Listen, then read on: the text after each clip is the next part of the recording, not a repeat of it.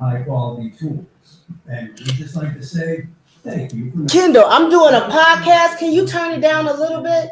They can hear you.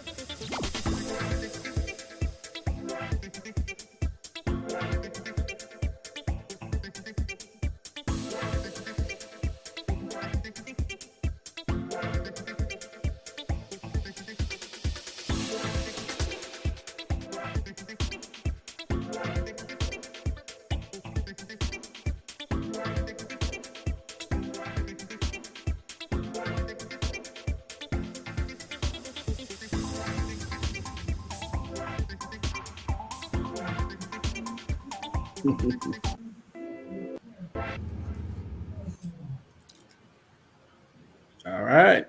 What's up? What's going on? What's going on, E? How are you? I'm good, Cimone. How are you doing? I cannot complain. I don't have any complaints. All right. Yeah. Right. Well, hey, we're here, everybody. Yeah. So we are out of April. We're in May, right? We're in May. Sure. So this is good. May 1st. I love when the first falls on a Monday. Yeah, it gives you clarity about getting started with the month. And, like, all right, I got work to do, but also, praise God, I got another month. You got another month. You got a fresh start. This morning we had our morning meeting. So good morning, Stacy. Good morning, Venus. Happy May 1st. And guess what Wednesday is? It's a national holiday. It is my birthday. So all right. Yes. So I'm get a chance to celebrate and do some fun Happy things. Early birthday. I will be in Illinois, so I won't be here in Michigan when your birthday hits, but I was in DC when mine hit. So well, definitely. We'll hook up both Tauruses, so you never go wrong. That's why we get along so good when you are dealing with Tauruses. Yes, that's why we get along so good. Exactly. Okay, cool. So I don't know, you guys probably are logging on because of the conversation that we're having today. I don't know if you don't have to be living under the rock. We're talking about Fed Now.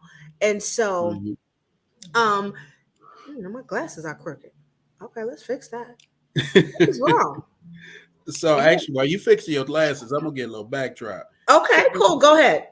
Y'all remember back in the 1990s? I'm dating myself, but if y'all remember, back when the Federal Reserve and the banking system said that they were going to make checks and check writing instantly verified, so that if you wrote a check on Tuesday with the expectation that it wouldn't be processed till Friday when your payday hit, that was going to go away and that it was going to actually be verified that Tuesday. And if you was overdrawn, then it was going to bounce.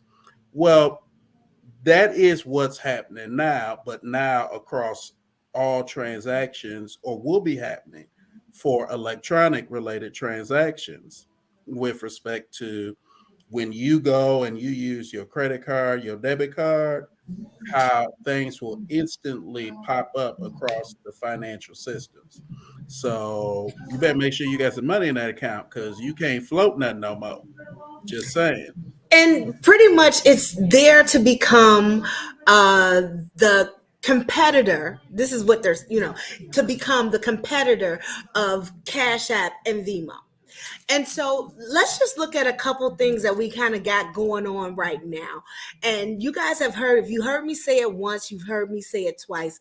We are in a very unprecedented time. Money is very different now. the way that we make money is different. The way that it's calculated is different. And now, obviously, the way that the government is going to be able to track money is very, very different. So we've been hearing ever since, I mean, what Powell has been, Powell accepted the fact that we were going to go into a digital currency, what, about 5-6 years ago? He publicly announced it. Jerome Powell, the Federal Reserve Chair. Right, Powell from the Federal Reserve. Mhm. I think he started to announce it and kind of came to terms with, because originally he renounced Bitcoin. And I think about 5 or 6 years ago, he went on and he accepted it, right? He accepted that we were going to go into a digital currency. He was not sure what that was going to look like. And then it was about a year later, which is about 5 years ago, they went on and they started to map out what this Fed now was going to be. And so Fed now is kind of what we consider a conduit, that bridge between your bank and then your friends. So you can you'll be able to instantly get money to your friends, and in addition to that, you'll be able to instantly get money to Amazon or whatever else you have. So it will be a quick payer. All right. So let's put a pin in that.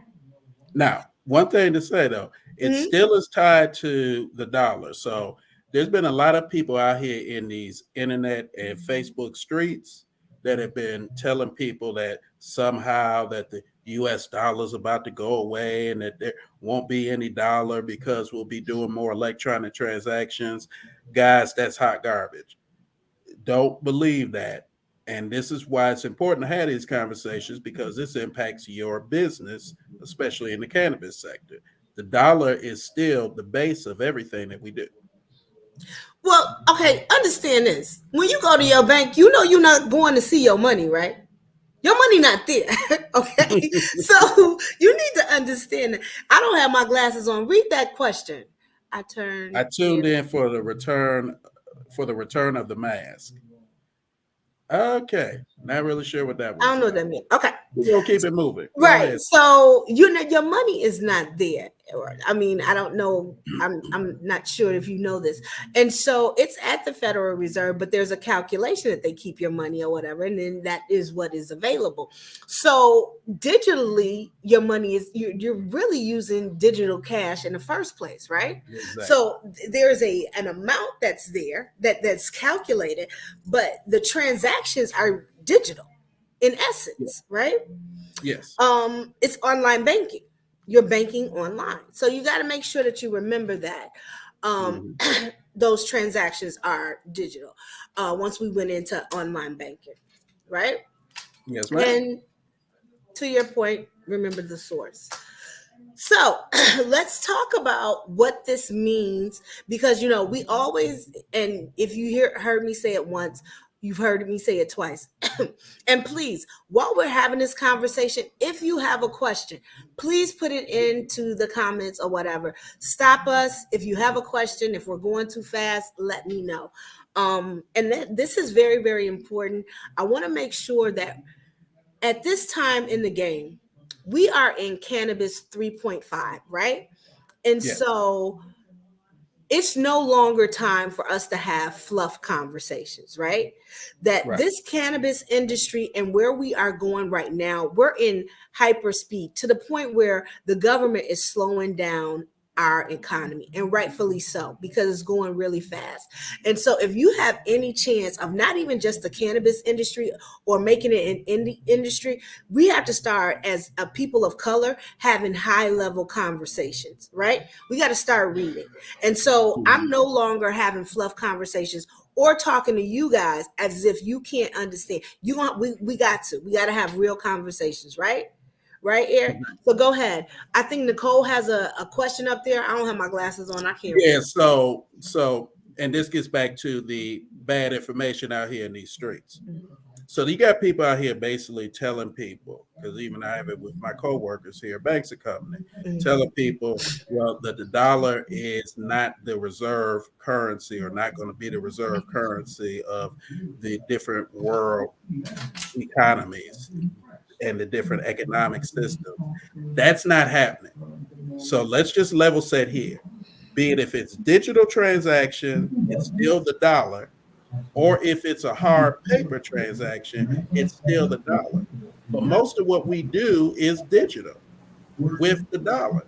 So the dollar is still the dollar. The dollar has not changed. It's still the reserve currency of most countries. It's still the reserve currency that central banks utilize. So that's not changed. That is not changed. And This, we've seen this in Japan. Japan is pretty much 100%. I mean, like 98% digital.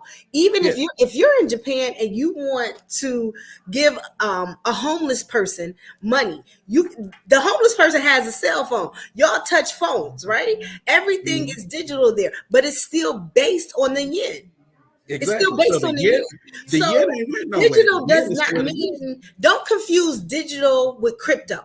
Those are two totally Thank you. different things. Thank you. That's the issue. Digital does not mean crypto. Those are two totally different things. Crypto is based on a supply demand, and then they're made out of miners. That's a different thing. That's a coin. That's a totally different thing. Digital means that you are digitally transferring money. That's Cash App, Vimo. You're digitally instantly transferring that currency. Right. Those are two totally different things. So let's not confuse the two.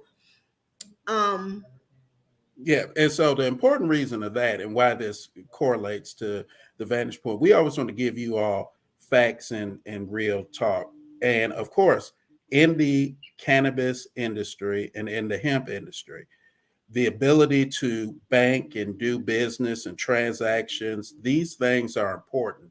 And you need to know what's happening in our monetary policy and fiscal policy, as Cimone has so helpfully educated me on the variances and differences between the two, because these things FYI, I had do. to give Eric a coaching session. Yes, I got coached by Cimone, and I'm so glad, because my grandma say when you stop learning, you counting down the end of your life. So I'm always learning, and Cimone has taught me a lot on this. But it's important because these things will impact your business today and how your business does business going forward with respect to the ability to instantly access, hopefully, transactions which will impact your cash flow. Because in that aspect, that can be a good thing. If people come and do business at your business, let's say they come and they pay with a debit card. Well, you may be able, depending on how you set up as a cannabis business, or especially as a hemp business, be able to get that. You'll be able to get those deposits and those transactions instantly credited to your bank account. So that will speed up your cash flow. So that could be a good thing, but there's always going to be some ups and downs, especially on the cannabis side, because cannabis is not linked to as many of the financial institutions as hemp is. Well, let me say this. I'm going to play devil's advocate. This could be good and bad, right? For cannabis. I mean, we already know that we've had a lot of issues with POS systems in cannabis, and that we did a show before that.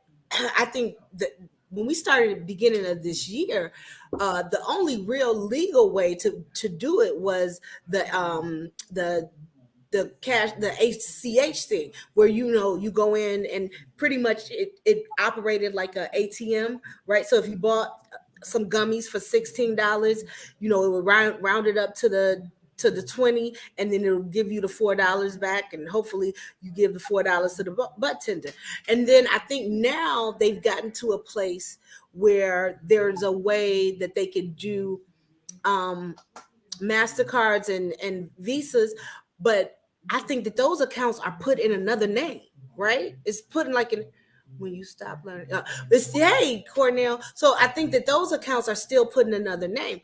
So check this out. Remember when we first, this was what was this? Like 2017, I think, when we first got into the game. I remember Chase and a couple of other banks actually shut people's accounts down because they were buying them in dispensaries. Now, these were all federal banks, and this was before the Cole memo, but they actually shut people down. That was when Dennis Rodman was rocking Popcoin, telling people to come over to his, because in LA they were trying to get everybody to go into Popcoin because they wanted that to be a currency that could be used. Now, I don't know what's going to happen. I don't have a crystal ball, but it could also be a mechanism of controlling spending also, because now at this point, by the government being a conduit between, now they can track your spending, right? And they know what you're spending on. So this could be a great thing for cannabis. This could be a not so great thing for cannabis. We don't know, right? Right. We don't know. We don't Well, know. one of the things, and Cimone, we talked about this, cannabis and the cannabis industry is a normal industry. So let's dispel that, because sometimes in policy, in discussions, we talk about the commercial cannabis industry as if it is the redheaded stepchild at the black, blind, bald-headed, and gray-headed family reunion. Mhm. It is a part of the family. And so from that vantage point, the activity that takes place is a part of the US economy, and in other countries, a part of their economy. The federal agencies, the Bureau of Economic Analysis,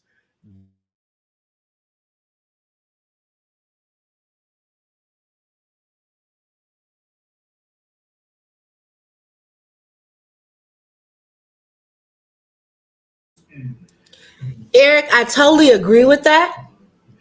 And when we look at a large portion of the economy, and I think that that's a big picture, but you have to understand and you have to agree that there are some nuances that are unique to every industry, right? There are going to be some things that are unique to insurance, that are going to be unique to construction, and going to be unique to tech, right?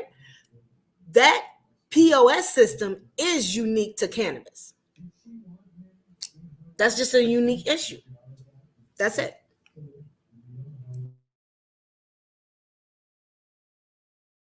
We lost Mr. Eric. Okay, so let's keep going then. Okay, so do we have any questions out there? Okay. Is it all, it's all being tracked transactions call? Well, okay, so Lee, let's look at this. Okay. So it kind of has to be. And let's look at why this has to go down like this. Usually when we are where the government says, the government has what we call leading indicators. They're trying to make it government sales and recreation, i.e. liquor stores.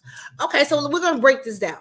Okay, so usually the government, there are indicators, right? So there are leading indicators, things like GDP, gross domestic product, pretty much how much people are selling, manufacturing hours, and unemployment, and a host of other things, right? And those are indicators which lead them to know if we are going towards bad, a recession or not a recession, right? And so those indicators they can't track them anymore. Why? Because our money is made differently now. Now, since the last couple of years, people are not necessarily going back to work. Okay. They're making money via gigs online. Right now, we have more millionaires people, everybody knows a millionaire. People can make money in a different way. So there's no leading signs. There are no coincides, and there's no lagging signs that make any sense. So with that being said, if it can be catastrophic if they cannot predict or be able to even plug a hole in the event that there's a recession that really happens. What happens when they can't control it is it becomes a big bubble or it becomes a big drop. And to not have that happen, they have to be able to track the money some kind of way. Now they've already figured out we can no longer track the income of everything. So we have to be able to track what? Some of the outcome. Now, is it fair? Is it right? Not necessarily. But it may be something that they have to do. We lost you, E? Yeah, I have no idea what happened. I'm here talking and my internet went out, and it can't be that. So I don't know, maybe something's wrong with the service provider here. So I had to jump on through my phone. So I Okay, apologize, cool. everybody. All right, cool. Well, I'm glad to have you back. So we were breaking down, I was breaking down, okay, in Pennsylvania, they are trying to make it government sales for recreation, i.e. liquor. Well, so look, check this out, Venus. Cannabis is going to have the same additional tax as tobacco and liquor. It's going to have the same thing. And I'm going to tell you, I told Eric this story, right? So y'all humor me real quick. So what was this? 2018. I did this show in Massachusetts, and they put me in this like raffle, and I won this grow house, right? Big old thing. And 2018, I thought I was going to use it as a prop at one of my trade shows. Big thing. So when I moved into my new office, I was like, I'm tired of looking at this thing. I'm going to sell it. Now it's retails for like $1,500. Now I'm in Michigan. I'm in a small town in West Michigan, but it is the mecca of marijuana. There are more licenses per capita in this small little 10-mile town than it is any place else in Michigan. Now you can buy everybody buying weed. My thug cousins, they go to the dispensary. Nobody goes to the weed man. The weed man don't even exist here, right? Everybody goes to the dispensary. So I put this thing up. Nobody wants to buy it. Now my office is in a co-op, so it's all kind of people here. Resale people. I have a thing where I have like 200 video games on it. He sells video games, everything. He couldn't sell it for nothing in the world. I was selling it for like $500. I would have took anything from it. Nobody wanted. You don't want to know why? Because it has normalized itself in Michigan, where it's just like alcohol. So the many people that are growing their own in this area, it's just like people making their own cigarettes or people that's making their own craft beer. It has normalized it, and so it will be additionally taxed, and it will go into and be set just like any other industry. As I was saying with to Eric's point, and what I was telling you though is, yes, it is a part of everything else in industry, and that is agreed. But but every industry has things that they are unique to and have different nuances. POS happens to be cannabises. That's all. Right. Right. And to that point, and what I was saying before my internet just rudely disconnected me from everybody, was cannabis is a normal part. The commercial marijuana industry is a normal part of the U.S. economic system. It creates GDP. It impacts both businesses, indirect economic activity, induced economic activity. It's a normal part. And yeah, it's got some aspects that are like alcohol and tobacco. It's also more like pharmaceutical products. It's got aspects that are similar to the automotive industry. Now, to the question of, are things being put into systems where you can track and manage stuff? Well, that happens in every industry and every sector. So I don't want people to get all concerned or worried because there is a level or a need for this type of continuing oversight or tracking or the like. That's normal because you need to know what's happening in the economy to be able to make proper economic decisions, I went both over that at the while you were federal gone. level and that. Oh, okay, good. All right. So I say that to say that the this whole thing, why I think that the Fed Now thing can be a good thing for marijuana businesses, but really for hemp. And let's look at hemp as the cousin in its own industry sector. So right now, hemp is struggling because it's heavily weighted towards the consumable products and consumable product development. It's not weighted as it should be towards the industrial side. If we're able to do some things through the 2023 Farm Bill to get federal investment to support the industrial side of hemp, and allow the farmers to participate more robustly while creating hemp processors that can create those different products for industrial application. The ability to have instant transactions that are monetized and credited to your business account, that's a good thing. Because if you're an African American farmer who has a hemp license, the lag hurts you. Eliminating that lag is a good thing, because now instead of waiting, your customer pays you and you got to wait 10, 14 days for it to be credited to your account. Now it can be credited within the hour. Now you can access that money to keep your business going. So there's some good things. And as we continue to work to get the banking side for cannabis in the commercial cannabis industry, that can be a good thing too, in I terms totally of. agree about that. I Mhm, totally agree about that because even as an insurance agency, right? And you and I have talked about banking is hell for me. And mhm, so we just got into another tier, thank God, that we can, do have more banking. But just so you guys know, banking is hell for me too. So our cannabis businesses have to wire the money, or ACH the money to my account. My bank is 2 hours away from me. So, and I'm not doing that. So I have to call my bank. So the money goes to my wildfire bank, right? Then I mhm, call my banker and I have her cut a cashier's check and mail it to my office, mhm. right? Which is another day. Right, And then, so, all right, so we already got 2 days for the ACH. Then there's another day. Then I take the check and then I cut it and I take it to my personal account. And then right. I have to do all of that and get it to my bookkeeper to make sure everything is done correctly. It's so much. So being able to have this fed now could definitely get rid of a lot of steps. Now I can do it as a transfer, but I have to do, it's just so much. It's so much now. And now I can open up another account in a Huntington bank and have it transferred. But it will be a big help, and it is a headache. It's a headache. It is definitely a headache. Yeah, so Hello. this is going to be a good thing, folks, in terms of that. So I know sometimes out here in the social media streets and out here on the corner, I used to have a client that we would always tell, don't listen to the streets.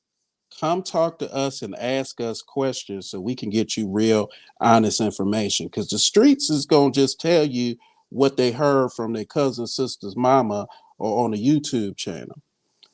This is something that, for cash flow and managing your business, be it in hemp or cannabis, will provide in time greater access to cash flow to help you keep your things running and mitigate some of the things that Cimone said are the paperwork hell, because paperwork is a whole lot. I give you a quick example. Years ago, we were working with an IT client who was dealing with the city of Detroit, and they were trying to help the city of Detroit improve some of their processes. And this is why I talk about paperwork hell.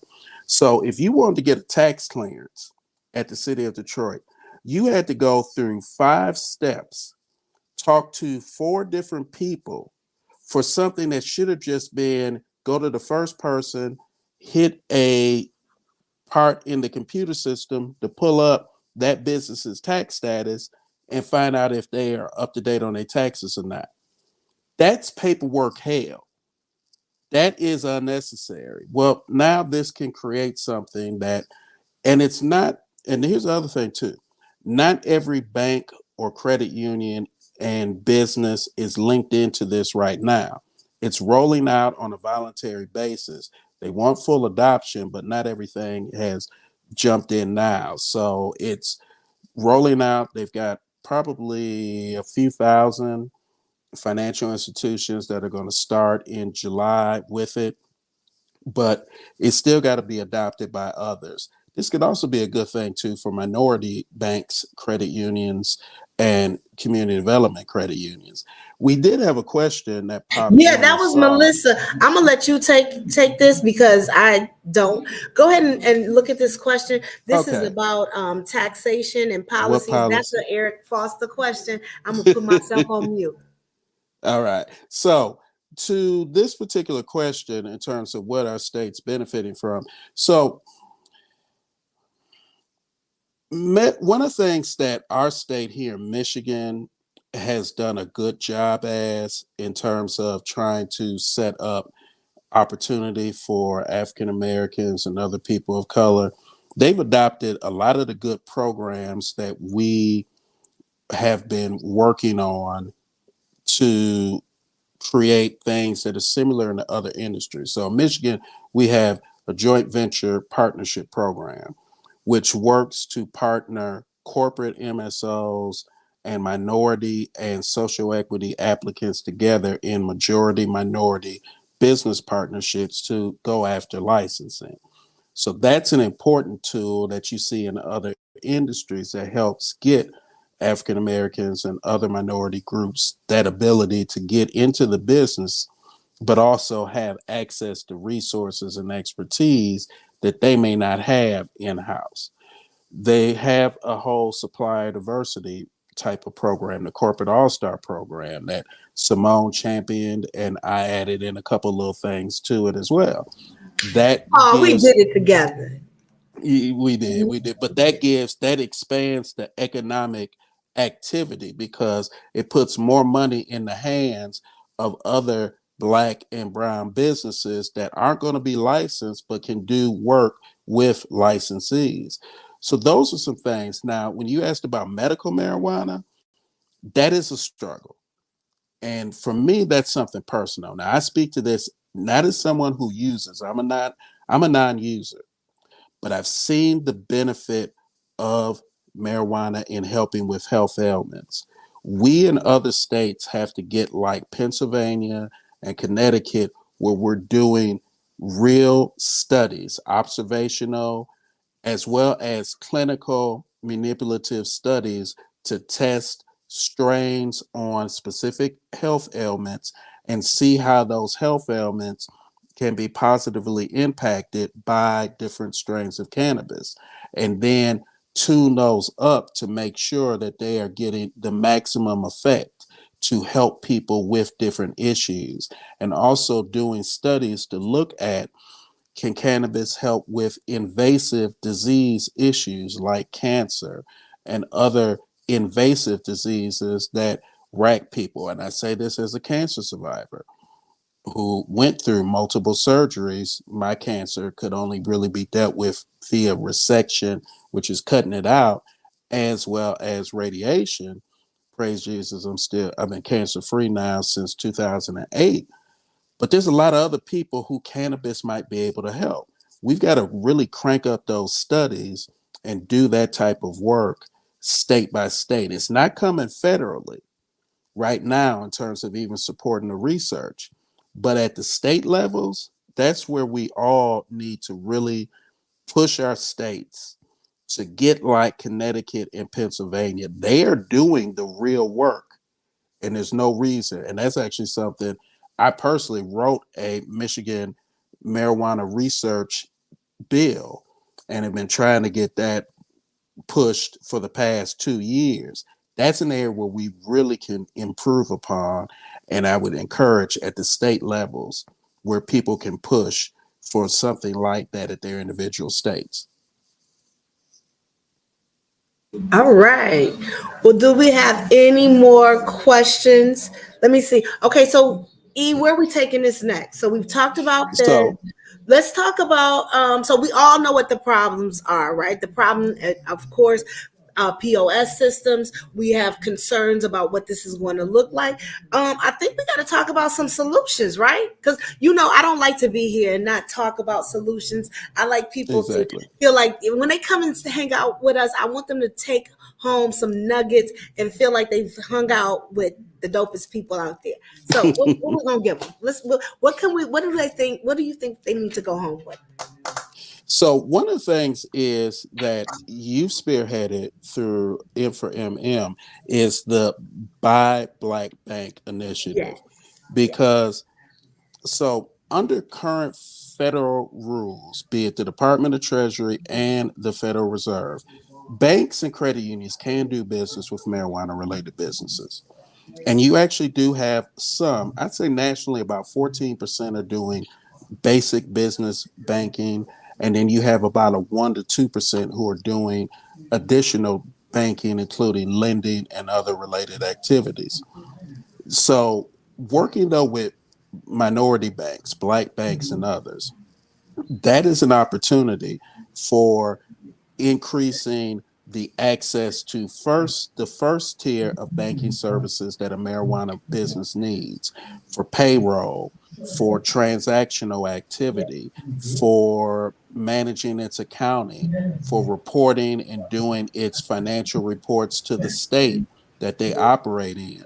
So that is a path. Now there's another group too, Simone, that you're a part of, that lists the publication of all of the banks and credit unions that do business currently around the country. I forgot the name of the group that you're with, but they have that they do annually and update. So that's another resource. When we talk about the financial side of banking, of the cannabis industry and of the hemp industry, those are some solutions. The Buy Black Bank initiative to get with and start doing your business with those banks. And then also those resources for the banks that are doing marijuana related banking and getting you plugged in and you being able to take advantage of those particular services.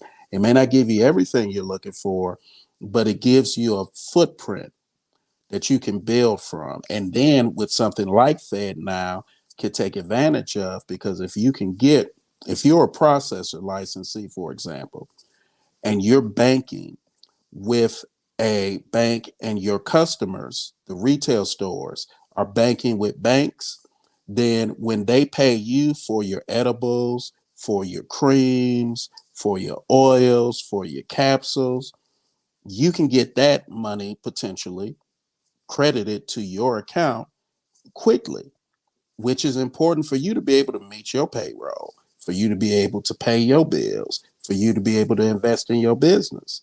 So I think those are a couple areas of solution.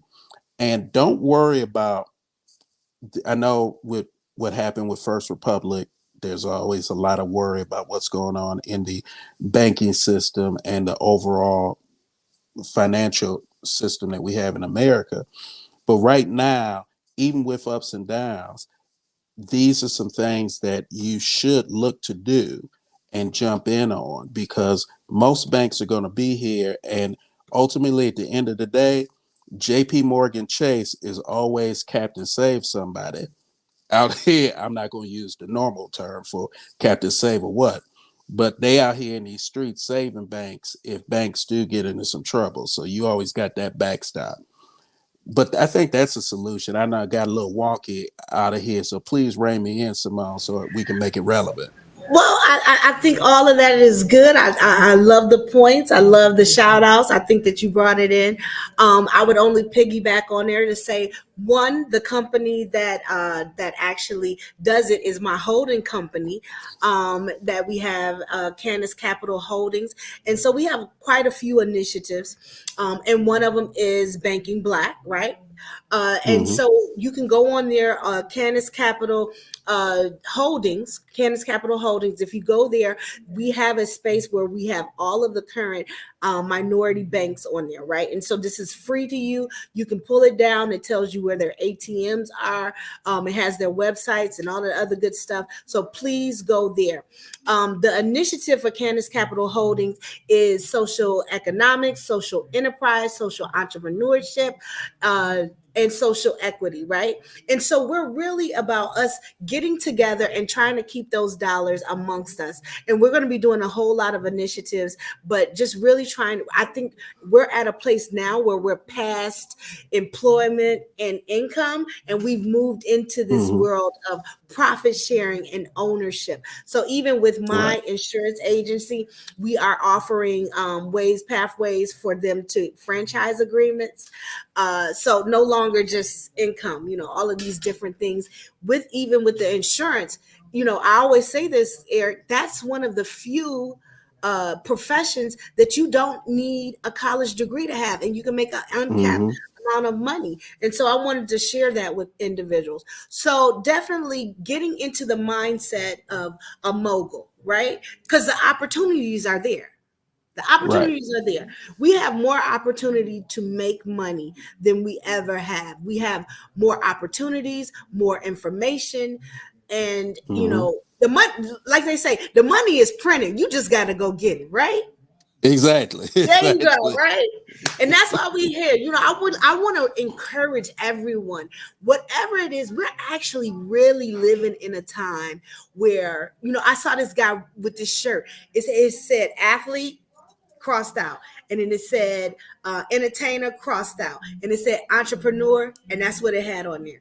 And we're living in this amazing time where you can be anything that you want, and really do it. So Exactly. I'm excited. And one thing I want to add to that, because it's been something you and I have talked about, and it's been a bug up my butt and a bug up your butt for a Really? while too, which is the conversation about ways to help people who want to get into the industries of cannabis and hemp, and have conversations about financial resources, raising the dollars, accessing investors, and the like. There are too many times where there are some well-intentioned groups who want to have conversations, but don't want to talk about how do you actually get the money to be sustainable. So my buzzword for today is stop going to groups who aren't talking about things that are financial. Because if Money. they ain't Yeah. helping you find money or talking about money, they Don't ain't go. helping you get a business. Exactly. And so the reason why this was brought up, we recently were asked to be on a panel. So I'm going to tell y'all something. You probably don't see me out as much, right? And there is a reason behind this. I was noticing that for these events, the ones that were hosted for minorities were very fluff, right? They were they were either talking about the problem constantly. So let's say it was a 2-hour event, an hour and a half was about how everything that wasn't working for us, and it was a 30-minute or 15 minutes about what was going to happen. Very short. Or it was about a lot of fluff of diversity and inclusion, all of that other stuff, but nothing about how you can get to the bag. But then when I would go to the white ones, it would be a hour, 2-hour thing. The peak was about how you find funding, what you need to do, your business plan, your architecture. It was all about money. And so that's our biggest hurdle. And the white counterparts, they could even go and ask their friends and family, an opportunity that we didn't. And so we recently were asked to do one, and I had already decided I was no longer going to be a part of the problem. If I could not get in front and talk about real tangible ways to get money, I didn't want to be a part of it. I don't care what it is. So whatever the form was, if it was not going to allow me to talk about ways to really get funding, I don't want to be there. And I'm not. So I've turned a lot of articles or whatever, because I know that that's what my people need, and I'm not going to be a part of the problem. So recently, Eric and I were asked to be a part of one, and I stood up and I said, this is the biggest problem. They wanted to take the funding part, the capital raising part, and sprinkle it in to a bunch of different panels, and I let them know you wouldn't do that if we were white. Right. And You that's the would. thing, guys. When we're having these conversations, if we're not talking about the resources that they talk about when ArcView or Mhm. the those other entities that are having those forums, and Simone's talked in some of them that have been global, where Yeah. she's been in the room with people from Switzerland and Germany and France Greece. that are talking Greece, that are talking money, that are talking angel investors, venture capital, hedge fund investments, other structures to get liquidity and access into the licensing of businesses in the commercial marijuana sector. But then when we come back to other forms where it's the poverty conversation, we are a little too old for the poverty Right. conversation. We Mm-mm. need We're to have a past that. conversation about the same things that when Simone was invited to those forums that were in Europe and Europe Mhm. America, and how Europe and America can put capital in, and she's the only black person, and beyond just the only black person, she the only person of color there. Ain't no Hispanic American, ain't no Asian American, ain't no Arab American, ain't no Native Indigenous people. She the only person representing basically the whole diaspora of non-white people. Right. That's wrong. We That's have to that's it. have those same people coming to these events, Hmm. because it's really a waste of time. And they are Outside of wasted. that, And this is the other thing. This is one thing that I want you guys to, if you take anything away from this, when mhm, and our culture has decided, we've come to a place where we listen to what we can't do so much. This is what I want you to think about when you look at the card and you decide to attend. Think to yourself, if I got my license and my building and everything tomorrow, what would this person do? How would it benefit them? If it doesn't mhm, benefit them for you to get your license, don't go. See, I win if you get your license. I get to insure you. I right? insure you. You winning is a win for me. I don't win by you staying broke. I win when you win. So I don't go and listen to nobody. The only way I'm going to listen to you is if you win. Me and you winning together. That's the only way I win. Me coming out there and you listening to me talk, I don't win off of that. You see this lip right Exactly. here? It gets paid to talk. You see the one beneath it? It do the same. That money ain't nothing to me in comparison to what I get paid for actually doing my job. So Exactly. that's it. And Mm-mm. that's why this year, one of the things that Simone and I talked about in our sessions and on our shows is we're going to talk about things that are going to actually help you grow your business. We're going to talk about, there's the policy side, but there is the economic side. There's how do you structure things from an accounting vantage point. There's how do you access the different banking systems that exist. What do different things that are changing in terms of rules mean and impact your business? All of this is structured to help you really make your business work, because as Simone said, and I'm going to talk about that hemp in a minute, same at banks and company. We don't make money if you're poor. We make money by helping you get licensed, which means you need the resources to get them. We help you connect to the partners, the suppliers. We do that vendor management, that supplier development for you. And the regulatory side, helping make sure that the rules, the statutory laws, administrative rules, and appropriative decisions of government are positively impacting you. That's how we make money in this industry. And we need you to be able to succeed, to be able to do that. Absent of that, it's really just, as my father used to say, fluffing and hiccuping. And so, to the hemp side, that is another problem, because with hemp being legal federally, but the fact that the banking sector still has a lot of reticence and fear of dealing with hemp.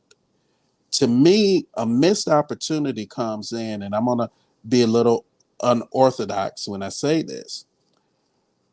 While Really? there's been a big push for safe banking on the cannabis side, and then roll in hemp, realistically, hemp needs to be looked at in its own lane, and clarifications in statutory law to help hemp, since hemp is already there and you don't have the cross current of Department of Justice issues with setting up a safe and how that can impact hemp on its own needs to be looked at so that we can get the proper clarity through either statutory law or through the administrative rules process with the Department of Treasury, the Federal Reserve, and the Office of Comptroller and other agencies that regulate the banking side for an investment side for hemp. That's a lane that needs to be looked at. So I would actually separate out the two and have something that clarifies statutorily for banking with hemp, and then separately do the banking for cannabis. That would be the way I would approach it, because hemp is the immediate. That's like this. My grandma used to say, "A bird in the hand is better than two in the bush." In the bush, yeah. And I'm not sure where them two birds in the bushes were that they saw, and how they actually caught the one bird in their hand. Because I tried to catch birds when I was a kid, and that was like some foolish crap I was doing. They ain't catching no bird. Them birds quick. Well, But you know, I totally agree with that. And even on an even bigger picture of, you know, us looking at tracking, you know, where we were talking about, you know, tracking and GDP and everything else, even from an import export, you know, being able to do that. Hemp just has such a robust industry globally, you know, and so many different right. opportunities from, you know, man hours, the fact that it is the industrial, that it makes a more superior product, you know, just all of these things. And I'm talking about as a global economy, what it can do, and, you know, revive a lot of the things that we have lost that can be made in the States. And so I do agree that it should be its own entity, and it should not be wrapped up in the controversy that they're still having with the stigma of cannabis. Yes, we still need to fight that, but because it's already made it over and it has so much opportunity, I do totally agree that it should not be wrapped up in that. Let it go and do its own thing, right? Yep. I And you concur. know, this I is the think that other that's thing. the good approach. And listen, let me tell you something. So I didn't even know this until I have some clients, right? And Mhm. so this THC, no, Delta 8 and Delta 9. Right. Okay, so Right. what? It's not like really regulated or whatever. I didn't know this, right? I learned something new every day. So I had some clients that this is what they do. Do you know I am having the hardest time getting them insured? Well, But that's this actually why isn't one of the THC. right. So the problem is because the Delta variants of hemp Mhm. fall into, per the department, the Drug Enforcement Agency, and the Food and Drug Administration rulings this year. Delta variants fall under THC and fall under the Controlled Substance Act of, I believe it was 1972. Mhm. So based on that, the Delta variants are Mhm. not going to work as it relates to consumables. But we at M4MM have a solution. The solution is to allow the Delta products to be reclassified and used for industrial production capacity. So that way it can be used for biofuel, it can be used for building materials, it can be used for rope, it can be used for plastic replacements. Look, hemp ain't gonna make Delta hemp ain't gonna make your car high. Your car ain't gonna get high and start talking to you. I'm just saying, That now is if your not car gonna starts change my talking to you, clients. They out that here ain't your selling it to car. people to get high. No. And They sell it. I mean, but if they want to do right, if they want to do right, that's what we're working on to try to get. And there's actually Republican support, as weird as that may sound. There's actually Republican support for that, to make the Delta an industrial classification for hemp. So that way it becomes legal that way, and you don't have that as an issue. But it's going to take a little bit of time. It's going to take some work to get that done. We need y'all to work with us to get it through. well, I definitely, like I said, I was yesterday years old. Well, no, last Mm-hmm. week years old when I found this out. Well, this is the thing. The insurance business industry, especially in cannabis, you know, that division of my company changes every day. The risk, and that's why you probably hear agents say, oh, the quote is only good for 30 days. Yes, and that's really true because the market changes very, very rapidly. What the risk Mm-hmm. tolerance is changes quickly. And so what one market will take today, they won't take tomorrow. And I had two of them, both out of Ohio, and they are selling vapes and Delta 8 and Delta 9. And this has been a nightmare, a nightmare. Right. In Ohio, the whole state demands a surety bond, which Oh, that's no okay. big deal. It's the Right. same one that they demand in Lansing, 5,000. Okay. But the other coverage, oh yeah. So yeah, so we need to be able to create that lane to get people like your client into the industrial side as well. So that way they can, when that's produced and they can't sell it in the consumable market, they can sell it in the industrial market, still make money off of it, and keep the train rolling versus the stop that they have right now. And it helps you out as an insurance provider, because if they can sell it industrially, then the ability to get insurance and cover it will be able to be covered because it can be classified as an industrial legal product. So that clears some barriers. That's why policy is a big part of all of this stuff, too, guys. It's the financial side and it's the policy side. Those two things go hand in hand. It's like love and marriage. If you ain't got love, you damn sure ain't gonna have a good marriage. I know that as being a two-time divorcee. When the love is gone, So the is the marriage is marriage. wrong. Oh my goodness. Oh my goodness. Oh my goodness. All right. Well, we are starting to wrap up. This was such a fun show, E. I really enjoyed you. I told you this was gonna be fun. I can't wait till next month. Yeah. So when do you leave to go to Chicago? So leave tomorrow morning. Only going to be there for a couple days on Mhm.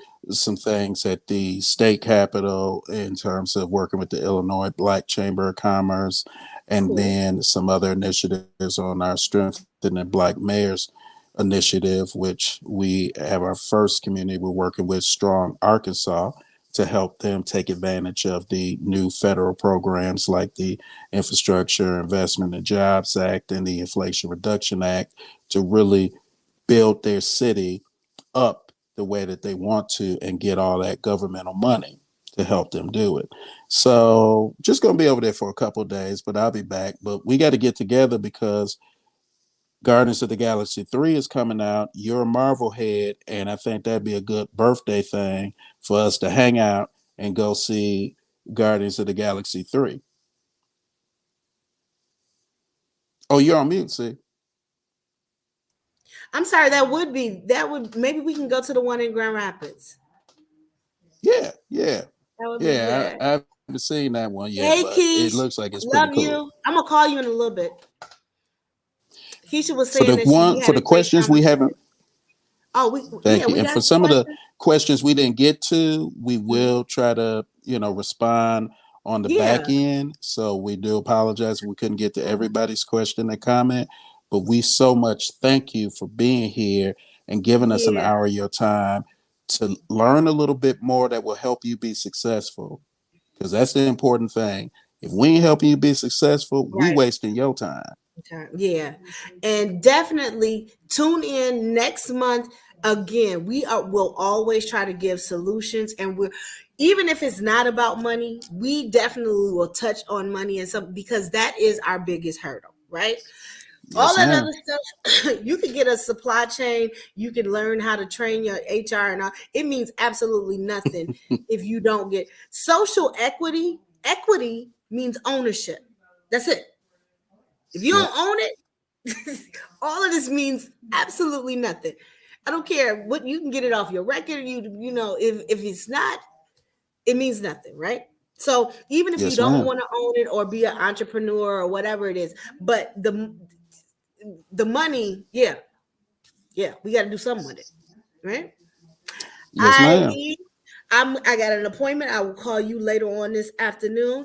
Keisha, I'm gonna try to get you before I go into this appointment. Yeah, I'll talk to you later. Okay. All right. Well, All thank you, right. I love everybody. you Thank you, guys. Nicole, I'll for talk to producing us, everybody. and we will see you all Yes, next thank month. you, Nicole. It was a pleasure. I so appreciate you. How do I get out of here? I think we both got to hit the leave.